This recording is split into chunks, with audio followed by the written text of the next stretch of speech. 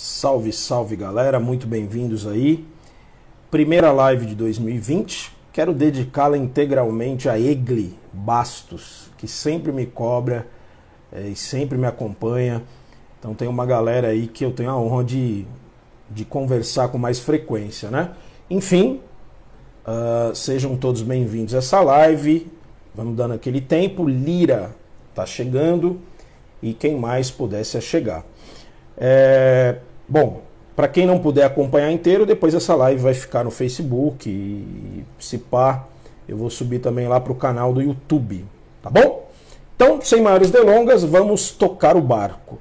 Quero recomendar para vocês, queridos e queridas, bem-vinda Renata, bem-vinda a todos, esse livro que é do caralho, eu não vou mostrá-lo aí porque fica invertido, tô com a câmera de frente, é o livro do José.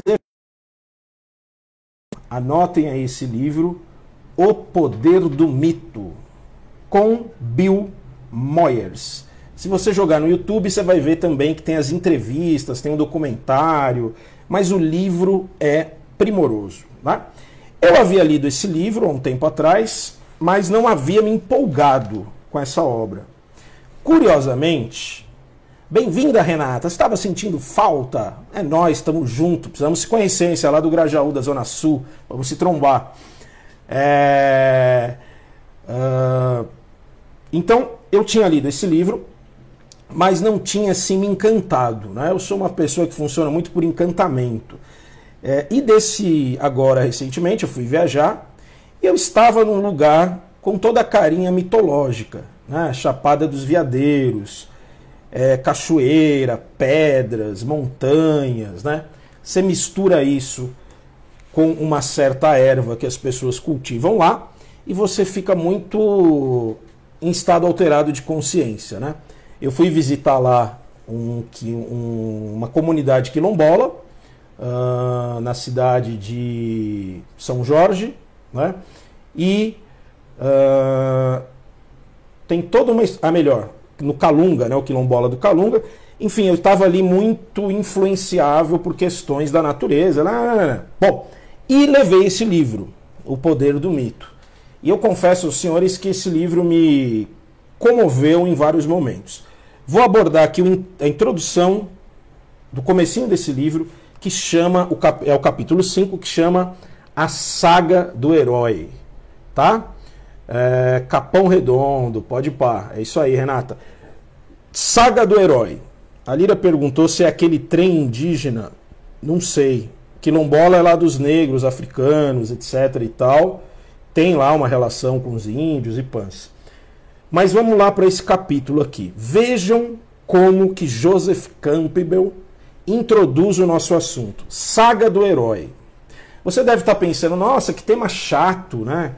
Porra, que papinho mais zoado, né? Eu não sou herói. Isso não tem nada a ver com a minha vida.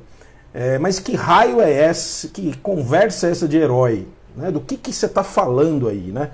Então, vamos linkar para você poder acompanhar, né? O que a gente está falando. A questão é a seguinte. Toda existência humana cobra um preço. Tá certo? O Nietzsche tem uma frase que vai mais ou menos na onda de pensar que há um preço que se paga para se viver com qualidade, com potência, com alegria, com uma expansão de consciência, tá certo? A nossa geração, Nutelinha até o Toba, ela deseja que a alegria, o contentamento, a felicidade caia do céu, né? É uma geração que pouca conversa tem com qualquer ideia de sacrifício, com qualquer ideia de deslocamento, né? Tanto que essa profissão dos sapos, né, os coaches, ela é uma profissão que vende o tempo inteiro esse peixe. Então, você abre uma... Eu fiquei assustadíssimo, senhores. Tem tudo a ver com o nosso tema aqui, tá? Um jovem me apresentou os funks atuais e eu achei aquilo incrível, né? Veja, os funks com letras assim muito fraquinhas e tal, com 3, 4 milhões de visualizações. É impressionante, né? É impressionante. Bom, enquanto curioso desse fenômeno, nós precisamos entender o que leva a massa brasileira a amar tanto esse signo, né? Esse símbolo, né? Afinal, do que essas letras falam, né? Qual é a liga que se dá? Bom, a liga que se dá é puro hedonismo, né? É a pura satisfação dos sentidos, é o exercício da sensualidade, é o sexo, é o tesão, quer dizer, isso tem atraído cada vez mais pessoas.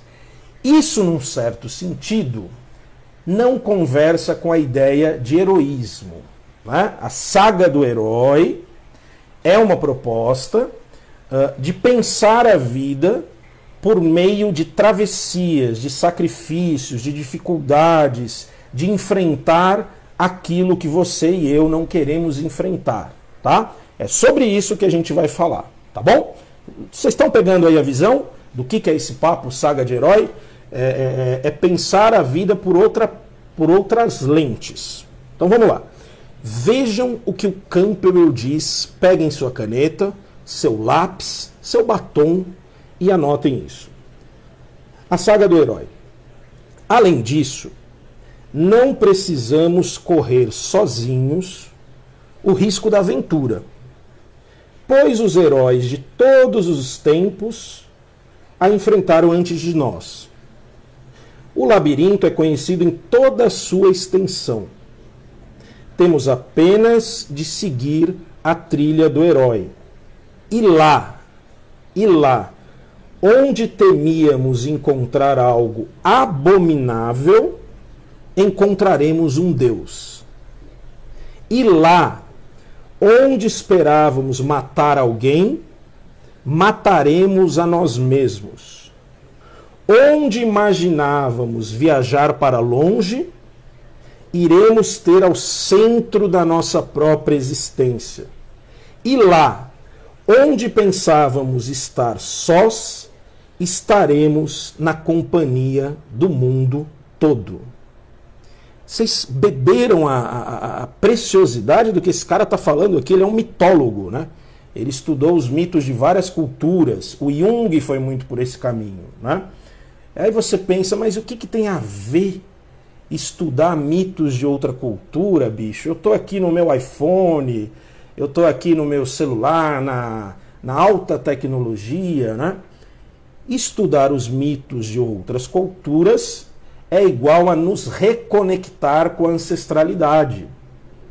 Essa ideia de que há uma ancestralidade e de que o nosso eu, o nosso ego, é o cocozinho do cavalo do bandido, né? Isso nos abre a perspectiva para pensar a vida a partir de um lugar pequeno. Quando você habita o pequeno, você é inundado pelo grande. Vou retomar esse texto aqui, só esse trecho. Acompanhe a visão, abra o teu músculo peristáltico para escutar isso aqui. Olha só. E lá, onde esperávamos matar alguém, mataremos a nós mesmos. Onde imaginávamos viajar para longe, iremos ter ao centro da nossa própria existência. Lá aonde? Pensem comigo. O que é esse lá? Estamos falando de saga do herói. Lá é o caminho que o herói deve atravessar para encontrar fundamentalmente a si mesmo, por meio de um caminho heróico. Pegaram a visão? A gente perdeu essa ideia, queridos.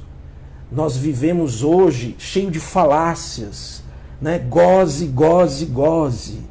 Peça para o universo, que o universo te trará o que é bom.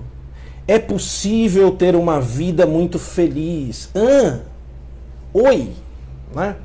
Será que o que chamamos de felicidade é alcançável, né? Nós somos um bichinho para a morte. Diferente do au-au, do gatinho, da tartaruga, você e eu temos consciência que vamos morrer, meus caros, né? É possível plenitude num corpo. Voltando. Estão acompanhando ou estou filosofando muito? Vamos lá. Vamos seguir com Campbell. Qual é o conceito para Campbell de herói? E você também anote isso aí, uma frase simples, singela e pontual. O herói é alguém que deu a própria vida por algo maior que ele mesmo. Pegaram a visão? A saga do herói significa você sacrificar a tua própria vida em prol de algo maior que a tua própria vida, né? É você fazer um gesto de sacrifício. Notem os senhores que Campbell e Jung são pensadores que operam numa perspectiva romântica, né? Na contramão da glorificação do eu. Nós não suportamos mais o eu. O planeta está sendo destruído pelo eu. Você que está na sua casa, que está me vendo, e eu, não suportamos mais ficar no eu. Quer dizer, o que nos falta? Nos falta conexão com os outros seres viventes. Nos falta conexão com outros para além do eu. E nos falta conversa com os outros eus que o nosso eu não conversa. Concorda? Para fazer esse trânsito do nosso eu para o outro, né, o eu e o tu, você precisa se embrenhar na mata. Você precisa atravessar a jornada do herói. Pegaram mais ou menos a visão do Campbell? Vamos seguir aqui. Podem ir perguntando, interagindo. O cara falou do Hermes Trismegisto. É isso aí, cara. Isso. Então, o gesto da saga do herói passa pela percepção de uma falta, né? E passa pela percepção de que você precisa empreender uma aventura, né? Você precisa se lançar numa aventura. Bom, seguindo aqui o baile.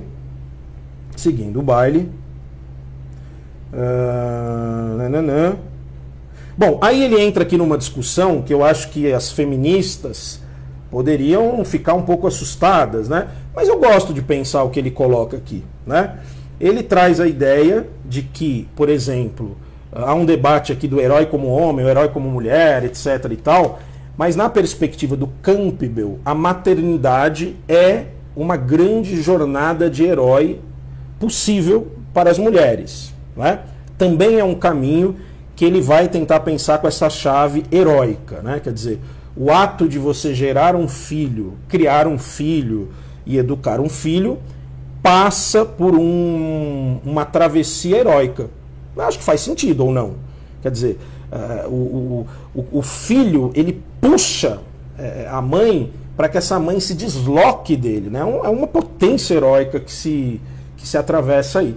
Talvez uma mulher que consiga enxergar esse movimento da maternidade como uma travessia heróica, ela possa criar sentido para amar essa experiência dela, não é? Porque na nossa cultura capitalista, de consumo, dinheiro, o que vale? Dinheiro. Então a pessoa fica esvaziada, né? Muitas mulheres se sentem frustradas, cansadas, abatidas por estarem vivendo a questão da maternidade. Se você consegue colocar nisso num sentido heróico, sem romantizar, né? Sem romantizações excessivas, talvez para uma mãe isso se torne uma experiência extraordinária, né?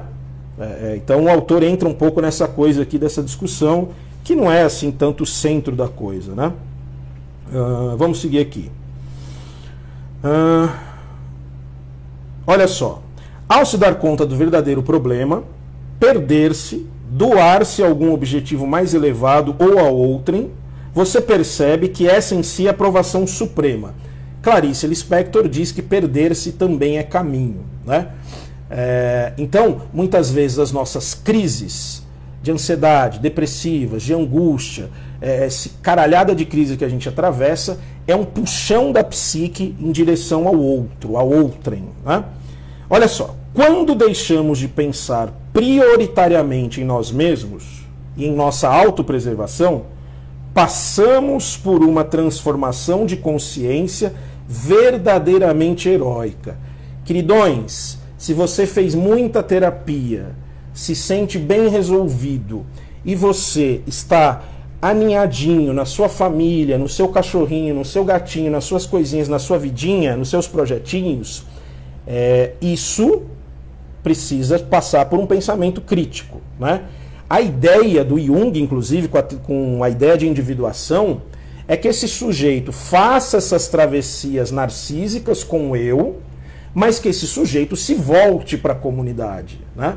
Então alguém que abandona esse ethos político para ficar só nas suas coisinhas, nos seus consumos, não é alguém que passou pela jornada heróica, né? O grande barato da jornada heróica, meus caros, é você perceber que as batalhas que você enfrentou, que as feridas que você carrega, também a Dona Maria, o seu José, o Joaquim, a Flávia, a Camila, o raio que o parta, também passam por essa jornada, não é? E aí você passa a ser parceiro, você volta para a tribo, tá? Então a jornada do herói tem essa ideia de voltar para a tribo. Todos os mitos falam de transformação de consciência, por isso que é importante estudar os mitos, né? O que é basicamente o que a saga do herói e os mitos falam? Antes você pensava de um jeito e agora você pensava de outro. Deixa eu contar para vocês que eu fui muito tempo espírita kardecista. Desses radicais, eu queria ser o Chico Xavier, fazia marmita para morador de rua, eu ficava tentando controlar os pensamentos do mal. Imaginem um cara como eu, que hoje é completamente dionisíaco, absolutamente racional e querendo pagar de santo a merda que deu, né? Mas foi uma jornada heróica. Eu saí do meu ego retardado, entrei dentro de um sistema religioso e vivi tudo o que eu precisava ali, né? De maneira que hoje eu olho para 10 anos atrás e eu desacredito. Vocês têm noção? Eu fazia palestra em centro espírita com todo o moralismo típico do centro espírita.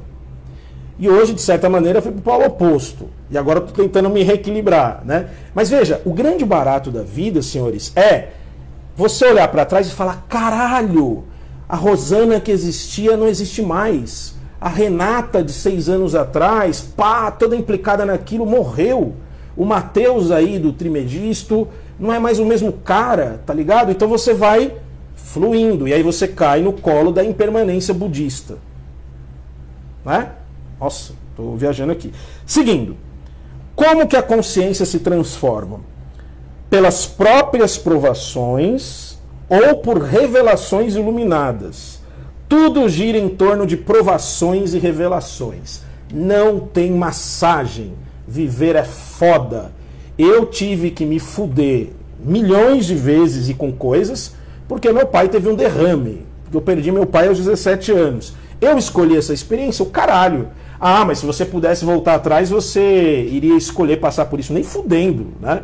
Eu sei muito bem os perrengues que eu passei. Você que teve um filho, você que morreu não sei quem, você perdeu o emprego. A vida, ela é um machado gigante que corta de forma abrupta algumas experiências que você tem.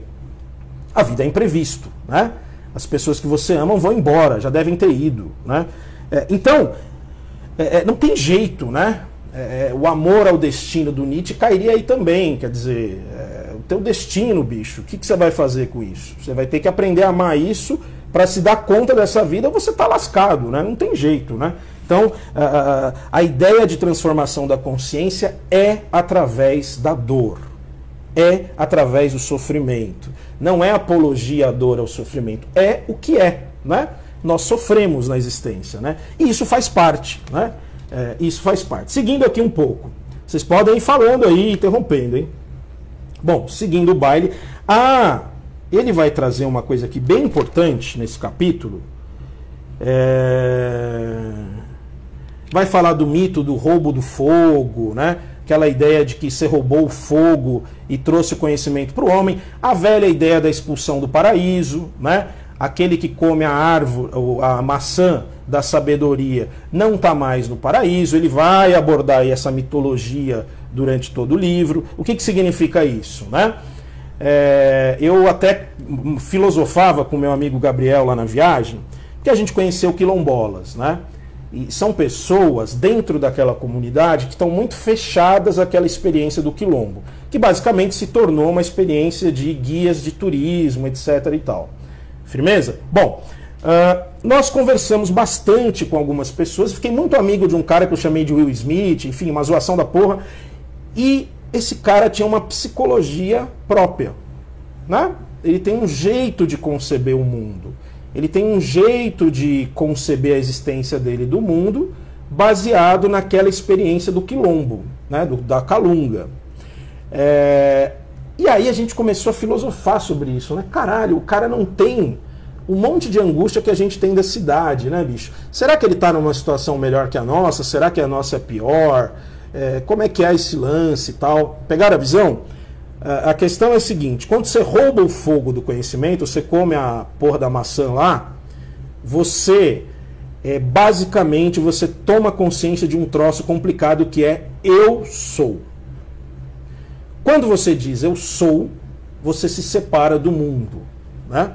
A partir do momento que você tem a consciência de que você você descobre que você não é o outro.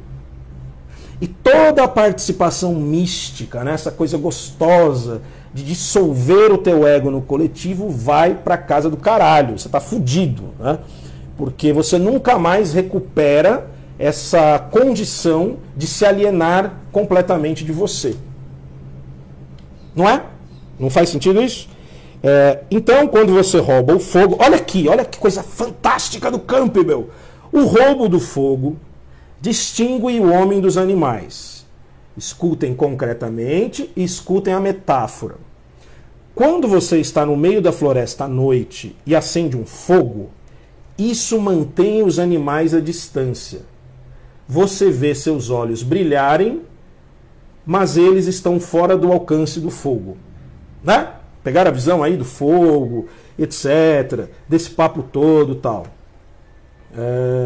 Então a jornada do herói, ela, dentro das mitologias, né, ela fala dos desafios que eu e você, dessa geração, precisa enfrentar para se transformar. Né? Vamos seguir aqui um pouco, ele vai falar aqui um monte de coisa, um caminho rico, vai falar do Ícaro, aquele papo do carinha que tinha asa de cera e quis voar até o céu, se queimou, se esborrachou todo, né? Vai trazer aqui vários atravessamentos, vai falar do Ulisses, né, dessas mitologias todos. Eu quero só concluir essa primeira live sobre esse assunto. E ele fala uma coisa aqui muito interessante, que é o seguinte, e aí a gente vai fechar por aqui, que é um tema polêmico, porém necessário. Ele diz que no caminho da saga do herói, é muito comum nas mitologias que a pessoa seja ajudada por um guru. Tá certo? Nós tendemos hoje, com o nosso narcisismo, com essa paixão pela ciência, pela razão, até nós psicanalistas caímos nisso, né? De pensar que a gente se resolve sozinho, né? A gente não precisa da religião, a gente não precisa de um guru, não precisa de um mestre, né? E aí a gente coloca no centro de nossa vida o consumo, né? O grande mito hoje, presente na nossa cultura, é o mito científico, né? Quer dizer, a ciência pode tudo, e o consumo. Então, a nossa sociedade, ela tem hoje menos igrejas, embora tenha igreja pra caralho, mas ela tem no centro das suas atenções o shopping. Né? Eu fico assustado na região de Taboão da Serra, que é um município que se estendeu, cresceu absurdamente, e o centro da vida social do município é a porra do shopping Taboão. Né? É assustador isso, assim, né? E é isso, as pessoas estão ali consumindo, rindo, vão na paquerá, é a morte de qualquer perspectiva de conexão para além do consumo, né? Mas é isso, quer dizer, então, qual é o mito presente hoje? Olha lá, o Hendrix, nome bonito, hein, velho? O cara mandou aqui, o grande oráculo Google, né? Então a gente pode olhar para o Google como o grande oráculo, não é? A gente pode olhar para o shopping como o novo templo da nossa cultura. E aí ele entra aqui numa bagaça que é muito boa, que é o seguinte: qual é o rito de iniciação para que o jovem saia do colinho de mamãe e de papai, sofra alguma marca para se tornar adulto? Qual é o rito da nossa cultura? Né? Existe? Pelo que eu vejo, não. Vem morrendo cada vez mais. O cristianismo está nas últimas na UTI, né? Então o cristianismo está indo embora na nossa cultura. E aí qual é o rito? O que sustenta a travessia da infância para o mundo adulto? Porra nenhuma, né? Ou seja, cada vez mais é comum você encontrar o barbudo, que nem eu, assim, barbão, ou a mulher já cavalona aí com seus 39, 40 anos, morando com mamãe, com papai, né? Tá bom, né? Foda-se, né? Assim, quer dizer, ainda mais na nossa cultura latina, quer dizer, cada vez mais não se faz a travessia, né, do mundo infantil para o mundo adulto. Por que que o índio pica formiga, a mulher fica isolada, rola vários rituais, o cara passa por vários perrengues nas culturas primitivas? Quer dizer, os caras eram doidão, os caras eram muito louco? Não, porque a sabedoria ancestral, que de primitiva não tem nada, entendeu que fazer esse deslocamento da mãe para o mundo é algo que pressupõe dor, pressupõe sofrimento, né? No fundo, esses ritos marcam uma morte. Precisa morrer o bebezinho, o nenenzinho, para nascer o grandão, né? E isso se dá de uma forma muito dolorosa, né? O que nós psicanalistas fazemos hoje, meus caros? Basicamente o trabalho do xamã. Então a gente é mais religioso do que a gente pensa. Estamos dentro da mitologia, né? De racional nós não temos nada, tá bom? O Matheus Pontes faz a seguinte pergunta: o que você vê que não é produtivo no herói? Cara, eu penso o seguinte, pelo que eu li aqui do Campbell. É difícil pensar a saga do herói, por essa palavra, ainda que entre aspas, como produtivo, né? Talvez na jornada do herói tenham aspectos delicados que pode ser o seguinte: o sujeito perdeu o tempo, perdeu o ritmo, perder a conexão com as travessias que ele precisa fazer, né? Talvez seja difícil, dentro dessa saga do herói, a pessoa conseguir recuar, porque a saga do herói também termina, né? Então aqui o livro ele vai inclusive dividindo aqui os capítulos, né?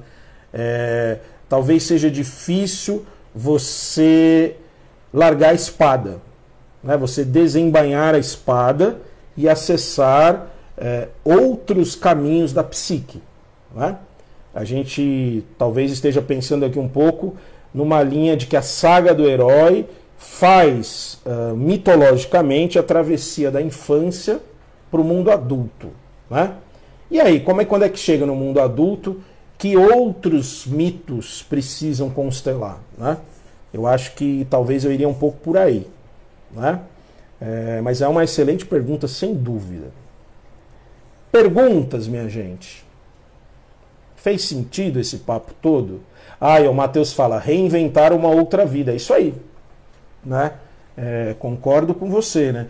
A gente sabe, assim, pensando com Jung, que chega um momento na vida que o ser humano precisa se deparar com a espiritualidade, né? Com esse preparo para a grande viagem, né? Quer dizer, há um chamado num certo momento da vida, depois da saga do herói, para que o sujeito lide com o fim, com o término, com a despedida, né? Com um sentido de vida espiritual para fazer a passagem, que a gente não sabe bem o que acontece, até aí que a perspectiva junguiana vai, né? O Matheus diz, pela perspectiva de ele ser uma luz no fim do túnel. Ele o quê? A ideia de que o herói seja o último dos covardes. Não sei se eu estou te acompanhando, Matheus, mas vamos aí. Não sei se eu estou entendendo a sua colocação. Se você puder reformular, agradeço. Mais alguém mais? Mais alguém mais, redundância, né? Alguém mais quer colocar alguma questão que essa reflexão produziu e por aí afora? Eu acho que a chave central da saga do herói é a ideia de sacrifício, é a ideia de deslocamento do nosso eu, é a ideia de se abrir para um chamado, não é? E a ideia de um sofrimento absurdo que é necessário atravessar. Não é? E é um chamamento mitológico, né? Ou seja, você pode fazer a saga do herói aos 20, aos 40, aos 30, aos 60, né? A coisa não é exatamente cronológica, acho que é bom marcar isso, né? Mas é um chamado. Muitas pessoas obedecem a esse chamado e outras não. Tá? Bom, aí você pode se perguntar, mas qual é a vantagem de entrar nessa saga do herói? Eu acho que é a vantagem de você usufruir das conquistas psíquicas, e eu acho que é um elemento psíquico, né, que nenhum bem material pode te dar. Um homem ou uma mulher, ou quem seja, que se conecta com o seu próprio processo e percebe os ganhos que ele teve, a coragem que ele teve, a audácia que ele teve, sem ir para uma coisa narcísica, esse sujeito está em paz, com 1 milhão, com R$1.000, morando no Capão, morando nos jardins, morando no inferno, estando doente em cima de uma cama, né? Quer dizer, sabe, são as preciosidades das travessias heróicas, né? A mente não é uma coisa estanque. Eu acho que a grande pedra filosofal é você se sentir bem com os caminhos que você atravessou, né? Essas conquistas ninguém tira, né? Nem fascismo, nem Hitler, nem um raio que o parta, né? Isso fica estabelecido na alma, né? Acredito eu. Pelo menos eu me vejo e penso por essa perspectiva, né? Bonitinho, né? Não ficou poetiquinho? O Matheus mandou a Ion. Acho que é o livro do Jung, né, cara? Eu não li esse livro ainda não. Tem muita coisa do Jung que eu ainda não li. Mas tá na lista. Tá bom. Falei pra caralho, né? É isso. Agradeço a tua escuta. Vou subir esse vídeo pro YouTube. E se você puder depois, dá um cola lá, dá um like e tal. Espalha a palavra aí. E é isso. E aí a gente vai fazendo outras lives quando a inspiração bater. Falou? Obrigado, galera. Até a próxima aí. Tamo junto. E é isso. Valeu.